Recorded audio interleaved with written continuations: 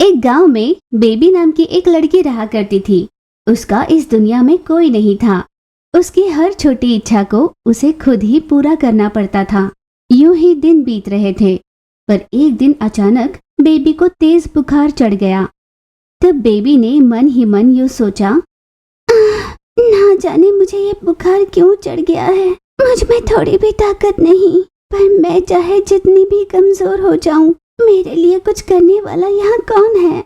यूं सोचकर वो उदास हुई। उसने किसी तरह अपनी हिम्मत जुटाई और धीरे धीरे रसोई की ओर चलकर अपने लिए कुछ खाना बनाने लगी। पर जैसे ही उसने डिब्बा खोलकर देखा, उसमें बहुत कम चावल पड़े हुए थे।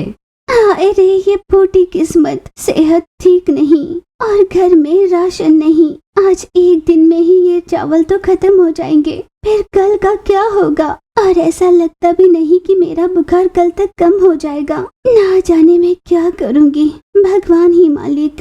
यूं अपने हालातों को कोस रही थी बेबी। यूं ही किसी तरह दिन बीते। बेबी की सेहत अब ठीक तो थी, पर खाने के लिए घर पर कुछ नहीं था। इसीलिए बेबी ने सोचा कि वो किसी से मदद मांगने के लिए बाहर जाएगी। यूं कुछ दूर चलने के बाद बेबी रेखा नाम की एक औरत से मिली। उसके पास जाकर बेबी ने उससे पूछा, बड़ी माँ, पिछले हफ्ते मुझे बहुत तेज बुखार चढ़ गया था और घर पर खाने के लिए चावल भी नहीं है। अब बुखार तो कम है, पर मुझ में कमजोरी बहुत है। बड़ी माँ, आपका भला होगा, मुझे थोड़ा सा खाना दे दो। बाप रे, 4 दिनों तक बुखार में थी। काम मांगने के लिए ना जाने कहां कहां जाती हो, और किसे छूकर कैसी बीमारी लग गई तुम्हें। वैसे भी आजकल के बुखार कुछ ऐसे वैसे बुखार नहीं होते। अच्छा यही होगा तुम मुझसे दूर रहो। इस पर बेबी ने कहा, अरे बड़ी माँ, ऐसी कोई बात नहीं है, वो मामूली बुखार ही था। पर तुम्हारी बातों से लगता है जैसे तुम मुझे खाना नहीं देना चाहती। कम से कम थोड़े चावल ही दे दो बड़ी माँ, मैं पकाकर खा लूंगी। मांग तो ऐसे रही हो जैसे मैंने तुमसे कर्ज लिया हो। जाओ जाओ। यूं डांट कर रेखा वहाँ से चली गई। अब मनुष्य से उम्मीद करना ही व्यर्थ है, परोपकार करना सब भूल से गए हैं। मनुष्य अब बहुत स्वार्थी बनता जा रहा है। ऐसे इंसानों के पास जाकर मैंने मदद मांगी, वही मेरी बहुत बड़ी गलती हुई। मुझे अब जंगल की गोद में ही जाकर अपने लिए कोई आहार तलाशना होगा। या तो मुझे आहार मिलेगा या किसी जानवर की मैं आहार बन जाऊंगी। भले ही मेरी भूख ना मिटे, पर मेरी वजह से किसी जानवर की भूख मिट जाएगी। इसी सोच के साथ मैं खुशी खुशी जान दे दूंगी। ये सोचकर बेबी जंगल की ओर निकल पड़ी। कुछ दूर चलने के बाद बेबी कमजोरी के कारण और नहीं चल पाई। वो बेहोश होकर वहीं गिर पड़ी। वहीं से गुजर रहे एक स्वामी जी ने बेबी को यूं बेहोश पड़ा हुआ देखा। तुरंत उन्होंने अपने कमंडल का जल उसके चेहरे पर फेंका। बेबी तुरंत होश में आई। सामने स्वामी जी को खड़ा देखकर उसने अपने हाथ जोड़े। बेटा, कौन हो तुम यहाँ कैसे आई और इस तरह बेहोश कैसे हो गई। स्वामी जी के इतने प्यार से पूछने पर बेबी ने अपनी सारी गाथा उसे सुनाई। बेबी के जीवन के बारे में जानकर स्वामी जी को उस पर दया आई। देखो बेटा, तकलीफें हर किसी की जिंदगी में होती ही हैं, पर हर किसी की जिंदगी में माँ बाप के होने से उनके दर्द माँ बाप बांट लेते हैं। तकलीफें दूर करने में या उसे सहन करने में ही क्यों न हो, पर माँ बाप का साथ बहुत जरूरी होता है। पर तुम्हारा कुछ अलग है। तुम्हारा दर्द सिर्फ तुम्हारा ही होता है। तुम अभी बहुत छोटी हो, इसीलिए तुम्हारी जिंदगी में आने वाला हर छोटा दर्द तुम्हें बड़ा लगना सहज है। तुम्हारे मरे हुए माता पिता को तो मैं वापस नहीं ला सकता, पर मैं तुम्हारी सहायता जरूर कर सकता हूँ। ये कहते हुए स्वामी जी ने अपने थैले से निकालकर कुछ बीज बेबी को दिए। देखो बेटा, ये मायावी बीज है, इन्हें तुम अपने घर के आंगन में बो देना। वैसे तो इन पौधों में साधारण बैंगन ही लगेंगे, पर उनमें से कुछ बैंगन मायावी बैंगन होंगी। अगर तुमने उन्हें पहचान कर तोड़ कर देखा तो तुम्हें उसमें बहुत सारा सोना मिलेगा। ये कहकर जादुई बीज देकर स्वामी जी वहाँ से चले गए। बेबी स्वामी जी के दिए हुए उन बीज को लेकर अपने घर पहुंची, पर उसकी भूख अभी तक मिटी नहीं थी। इसीलिए उसने मन ही मन सोचा, जैसे स्वामी जी ने कहा, इन बीजों को बोकर जब इसमें जादुई बैंगन लगेंगे तब मेरी जिंदगी बहुत सुधर जाएगी। पर उस दिन के लिए मुझे जिंदा तो रहना होगा ना। अभी कुछ देर और नहीं खाऊंगी तो लगता है जैसे जान चली जाएगी। क्यों न मैं इन बीज में कुछ बीज ही खा लूं। यूं वो मन ही मन सोच ही रही थी कि उसे सामने एक मंदिर दिखाई दिया। उस मंदिर के सामने किसी ने नारियल फोड़कर छोड़ दिया था। बेबी तुरंत उस मंदिर के पास गई। भगवान, क्या आपने ही मेरे लिए ये सब किया है? इस पहर के लिए मैं ये नारियल खाकर अपनी भूख मिटा सकती हूँ। ये कहकर बेबी ने तुरंत नारियल उठाकर खा लिया और अपने घर चली गई। घर पहुंचकर जैसे स्वामी जी ने उससे कहा था, उसने उन बीजों को अपने आंगन में बोया। यूं कुछ दिन बीत गए। बीज से अंकुर फूटे और वो बढ़कर पौधे हो गए। बैंगन लगे उन सभी पौधों को बेबी बड़े ध्यान से देखने लगी। ये क्या?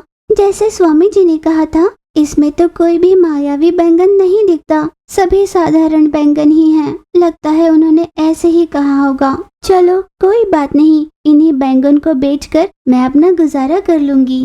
फिर बेबी ने बैंगन को तोड़ा, उन्हें टोकरी में भरकर गांव में बेचने निकली।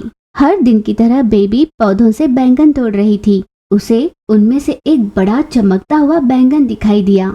चौंकने वाली बात ये थी कि उसमें से बहुत सारा सोना गिर रहा था। अरे, लगता है स्वामी जी ने जिस मायावी बैंगन के बारे में कहा था वो यही है। पर साधारण बैंगन को बेचकर मैं अपना गुजारा तो कर ही रही हूँ। अब मुझे भला इसकी क्या जरूरत।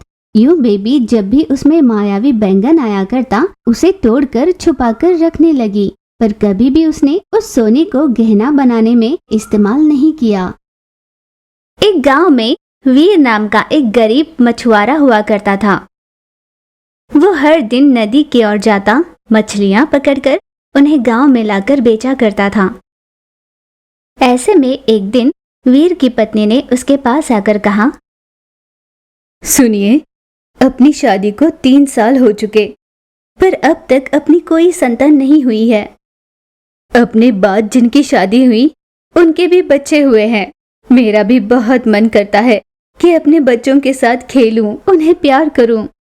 कभी कभी तो मुझे डर लगता है सोचकर कि मैं कभी माँ नहीं बनूंगी। भगवान कभी मुझे माँ बनने का सुख ही नहीं देगा।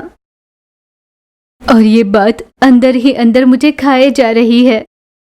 यूं बहुत दुखी होकर उसके पत्नी ने कहा, सुजाता, तुम इतनी चिंता मत करो। बच्चों का होना भला हम दोनों के हाथ में थोड़ी है। भगवान जिस दिन चाहेगा उस दिन हम पर करुणा बरसाएगा। क्या मेरा मन नहीं करता होगा कि हमारी भी बच्चे हो, पर हम दोनों क्या कर सकते हैं। भगवान पर ही सारा भार डाल सकते हैं और भला कर भी क्या सकते हैं। वैसे भी हम इतने कठिन परिस्थितियों से गुजर रहे हैं। चाहे जितनी भी मेहनत कर लूं, मैं कुछ ही मछलियां पकड़ पाता हूँ। दिन भर की मेहनत का भी कोई फायदा नहीं हो रहा। ऐसे में अगर तुम गर्भवती हो गई तो तुम्हारी देखभाल करना भी मुश्किल हो जाएगा। सबसे पहले हमें कुछ पैसे इकट्ठे कर रखने होंगे। यही सबके लिए अच्छा होगा। हाँ, अब सही कह रहे हो। हम आज से ही पैसे जमा करना शुरू करते हैं। सुजाता, बच्चों का नाम लेते ही तुम सब कुछ भूल जाती हो। मैंने अभी अभी तो कहा ना कि मछलियाँ पकड़ में ही नहीं आ रही है। जब मछलियाँ पकड़ में नहीं आएंगी तो पैसे कहाँ से आएंगे? वीर ने हताश होकर कहा, तो एक काम करते हैं, कल से मैं भी आपके साथ चलूंगी। मैं भी आपके साथ मछलियाँ पकड़ूंगी। आप मछलियाँ पकड़ोगे तो मैं उन्हें ले जाकर बेचा करूंगी। गांव में घूम घूम कर बेचने का समय तो बच जाएगा ना आपका। उसी समय में आप और भी मछलियाँ पकड़ सकते हो।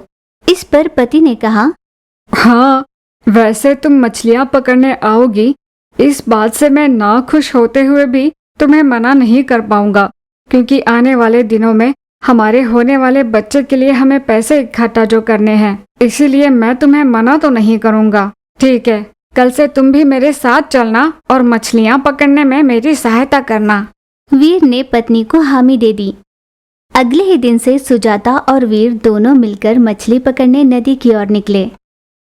वीर जैसे ही कुछ मछलियां पकड़कर इकट्ठे करता, सुजाता उन्हें लेकर गांव में बेचने निकल जाती। यूं हर दिन होने लगा।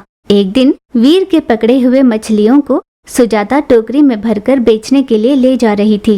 बहुत देर होने पर भी जब सुजाता वापस नहीं लौटी तब वीर ने मन ही मन कहा, ये क्या, हर दिन तो सुजाता इस समय तक वापस लौट जाती है, आज अभी तक वापस लौटी क्यों नहीं? क्या आज मछलियाँ बिकी नहीं होंगी या कहीं सुजाता के साथ कुछ हुआ तो नहीं होगा?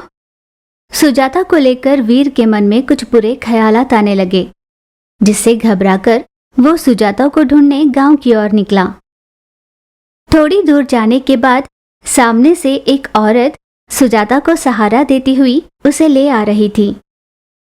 घबराया हुआ वीर तुरंत सुजाता के पास आया। वीर भाई साहब, आपको घबराने की कोई जरूरत नहीं है। सुजाता आपको खुशखबरी देने वाली है। धूप में घूम घूम कर वो थक गई थी, उसे चक्कर आने लगे थे, इसलिए मैंने सोचा उसे घर तक छोड़ दूं। मैं बस आ ही रही थी, इतने में आप ही सामने से आ गए। भाभी जी, आपने बहुत अच्छी खबर सुनाई है और मेरी पत्नी का ख्याल रखने के लिए आपका बहुत धन्यवाद। यहाँ से उसे मैं अपने घर ले जाऊंगा।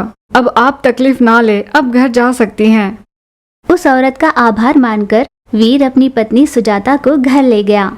वीर सुजाता का बहुत ध्यान रखने लगा। उसे घर का कोई भी काम करने नहीं देता था, हर तरह से उसका ख्याल रखता था। कुछ महीनों के बाद सुजाता ने एक सुंदर से बेटे को जन्म दिया। बरसों की मन्नतों के बाद मिले उस बच्चे को देखकर सुजाता और वीर फूले नहीं समाते थे। यूं ही दिन बीत रहे थे। एक दिन सुजाता और वीर नाव में बैठकर नदी से होते हुए किसी और गांव के लिए निकल पड़े। अचानक नदी में उफान आया, जिससे वीर और सुजाता नाव से नीचे गिर पड़े। उनका नन्हा सा बच्चा नाव में ही रह गया था। वीर और सुजाता बहते हुए दो अलग किनारे पहुंच गए थे। पानी की लटों के साथ नाव बहती हुई किसी किनारे पर लग गई थी।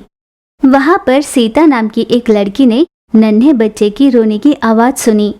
उसी आवाज की ओर वो चल पड़ी। ये नन्हा सा बच्चा किसका होगा? लगता है अभी जो आंधी आई थी उसमें इसके माता पिता दोनों डूब गए होंगे। ना जाने कहां से लटों के साथ बहता हुआ ये यहाँ तक पहुँचा। शायद भगवान की यही मर्जी थी कि ये मेरे पास पहुँचे।